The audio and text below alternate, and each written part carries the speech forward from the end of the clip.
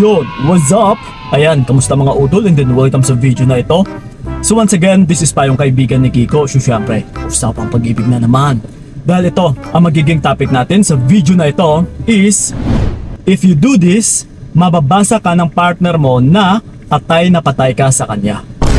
Yon. So gusto mo ba yun, utol? Na mababasa ka ng partner mo na patay ka sa kanya? So bago ang lahat is, syempre tatalakayin muna natin kung bakit huwag na huwag mong gawin ito. Na kailangan mo rin talagang ipakita na hindi ka patay sa kanya. Dahil once na malaman ito ng partner mo, utol, na sobrang patay ka sa kanya, na super in love ka sa kanya, ang love niya is mapapalitan po ito ng pang-aabuso. Na kahit gaano ka man kamahal ng lalaki ay mag-fade out ito, and then mapapalitan po ito without his awareness na mas lalo kanyang aabusuhin. Yes.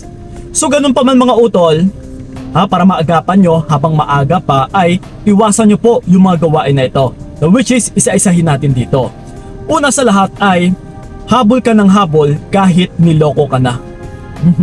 Yung mga ganito na kahit niloloko na sila ay humahabol pa. Dahil ang gusto nilang ipakita ay, yes, nandito lang ako itong mahal na mahal ka, na wala nang mas makakalagpas pa na pagmamahal ko sa'yo. Yes, that's why naghahabol kahit sabihin na natin na may ibang babae na nga or may ibang partner na, yung mga partner ninyo ay naghahabol pa kayo. Ito mga utol, yung hindi ninyo alam, ay mas lalo nyo lang tinotolerate yung gawain ng partner ninyo. Dahil kahit nakagawa na siya ng pagloloko sa'yo, ay ikaw pa itong naghahabol. So mas lalo po siyang kakapit doon sa kung sino man yung kinakalaguyo niya. Dahil isa lang din yung papasok sa isipan niya, na oy, kahit pala ganito na yung gagawin ko ay habol pa rin siya ng habol sa akin. Kahabol-habol pa rin pala talaga ako. So ibig sabihin ay ganito siya kapatay na patay sa akin. Diba? So kung ayaw mong mangyari ito, utol, ay iwasan mo po yung gawain na ito na maghabol, lalong-lalo na kapag may nagawa na siyang kasalanan or niloko ka na. So yun, and then ito, yung pangalawa natin is, ikaw pa humihingi ng sorry kahit mali niya. Okay? May mga ganito din actually, na hindi nawawala, na mostly talaga ay ginagawa po ito ng taong sobrang nagmamahal, na sila pa itong nagsusorry kahit yung mga partner pa nila yung nakagawa ng kasalanan. Mag-ingat ka, utol, kailangan mong iwasan yung gawain na ito dahil maaabuso ka ng partner mo. Dahil kahit alam niya na siya pa itong nakagawa ng kasalanan, ikaw pa itong humihingi ng sorry. And then, dito niya lang ma-validate na patay ka sa kanya. Yes. Okay? So yun. And then ito, yung pangatlo natin is padala ka ng padala ng pera. Yes. Lalong-lalo na sa mga gahaman or sa mga galante natin. Yes, na mga OFWs dyan, or syempre yung mga kapatid natin dyan na nagpapakita ng yaman para lang mahalin ng mga partner nila. Kahit may nagawa na nga kasalanan yung lalaki is padala pa rin ng pera. Kahit niloloko na is still nagpapadala at saka nagpapadala pa rin. Like I said kanina na pinapakita lang din kasi nila sa pamamagitan ng pera na nandito lang ako, na ako ito nga bumubuhay sa'yo, na kaya kitang suportahan. Pero yung hindi ninyo alam, utol, ay mas lalo lang po kayong aabusuhin. Dahil kahit ganito na yung pinaggagawa niya na niloko ka na, ay still nagpapakabulag ka pa din. Padala ka pa rin ng pera. Okay? Na hindi po ito magandang gawain. So iwasan mo po yung gawain na ito. So yun. And then ito, yung pang-apat natin is oo ng oo kahit nahirapan ka na. Okay? Ramdam mo ba sa ngayon na parang hirap ka na sa partner mo? Palagi ka na lang inuutusan, nagiging batugan na siya, nagiging tamad na, and then utos lang siya ng utos sa'yo, and then ikaw naman ito na oo ng oo. Yung tipong hirap ka na, nagkakandara pa ka na nga, pagod ka na, and then uutusan ka pa. Pero still, oo ng oo ka pa rin. Hindi ka malang marunong magreklamo. So, that's why hindi ka makakaalis sa ganitong situation dahil hindi ka naman nagrereklamo eh.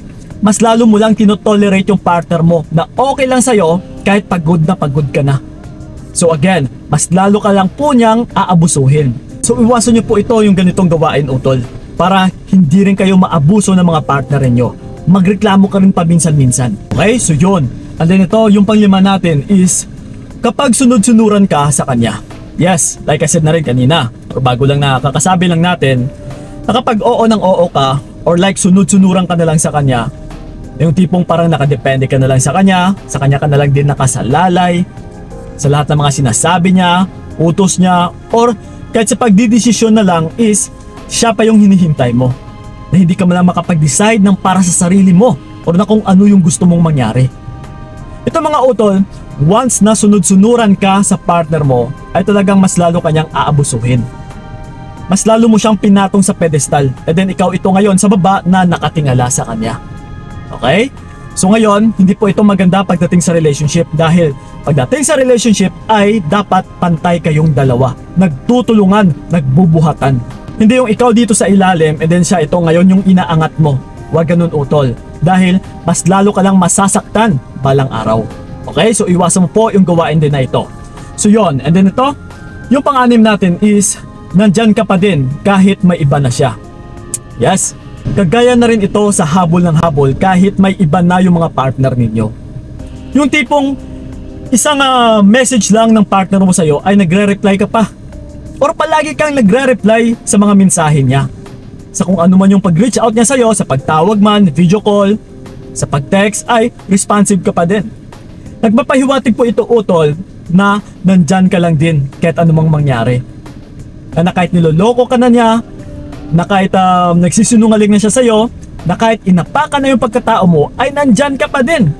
Yes, ito lang din po yung pinapahiwatig dito. Kapag hindi ka nawawala utol, hindi ka man lang marunong umatras. So kawawa ka namang bata ka. So again, kailangan mong umatras utol. Huwag mong ipakita na nandyan ka pa din, lalong-lalo na kapag siya ay nagloko na sa'yo. Okay? So yun, and then ito, yung number 7 natin is ang pag-initiate ng I miss you. Yes. Ito mga utol, once na nakasanayan na ninyo na ikaw itong palaging nag-initiate ng I miss you, is talagang maaabuso at saka maaabuso ka rin ng partner mo. Dahil dito niya lang din mapag-alaman na patay ka sa kanya. Ikaw palagi itong nag-initiate eh. Babe, namimiss na kita. Hindi mo malang hinintay or hinayaan na siya mismo yung una na mag-initiate na magsabi nito na babe, namimiss na kita. And then saka mo na lang siya sagutin na namimiss din kita. Huwag mong pangunahan. Dahil once na pinangunahan mo utol, nagsisimbolize lang po ito na ikaw po itong sobrang patay na patay sa kanya. Na namimiss mo siya na hindi mo kayang mabuhay kapag mawala siya. So again, maaabuso ka po sa gawain na ito. So yon, and then ito, yung panghuli natin is, syempre, pag may I miss you ay ang pag-e-initiate ng I love you. Diba? Lalong-lalo na sa mga kababaihan. Na kung dati nung nililigawan pa lang kayo, sino ba yung unang nagsabi sa inyo ng I love you? Diba yung lalaki? Alam mo, mahal kita, gustong gusto kita. And then nag-interact ka na lang balang araw. Kung kailan may nararamdaman ka na rin sa kanya, na uy, minamahal na rin kita. Yes. So ganun din po yan dapat. Hindi yung papangunahan mo siya ng I love you. Lalong-lalo na sa kalagitnaan ng inyong relationship. Na ikaw na itong nag-e-initiate ng pag-I love you.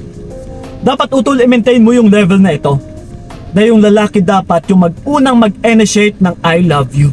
Para dito mo malalaman na still may pagmamahal pa siya sa'yo.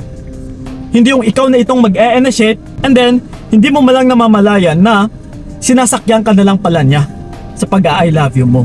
At saka syempre, once na palagi kang nag-e-initiate ng I love you, nagpapahiwatig lang din po ito na still patay na patay ka pa rin sa kanya. So, again, mas lalo ka lang pong maaabuso ng lalaki. Ito, mapababae, mapalalaki, once kasi na pinapakita natin na patay tayo sa kanila, mawawala na po ito ng challenge na mas lalo kang ma-e-echapwera ng partner mo. So again, mas mainam po utol na ipakita mo na nandiyan ka lang. Yes, mahal mo siya, hindi yung sobra-sobra. Again like I said na rin dati, lahat ng sobra-sobra ay nakakasama kahit po sa relationship. Okay? So yun po mga utol, sana'y nakatulong talaga yung video na ito. Maraming salamat sa mga mahihilig mag-TikTok dyan. Yes, may TikTok account po tayo, which is still yung pangalan natin ay Payong Kaibigan ni Kiko. Okay, puntahan nyo lang po and then don't forget to follow na rin para mas marami pa talaga kayong masisilayan. So yun po, maraming salamat talaga. So ingat kayo. God bless and Babush! Binigay ko lahat para wala kang masabi.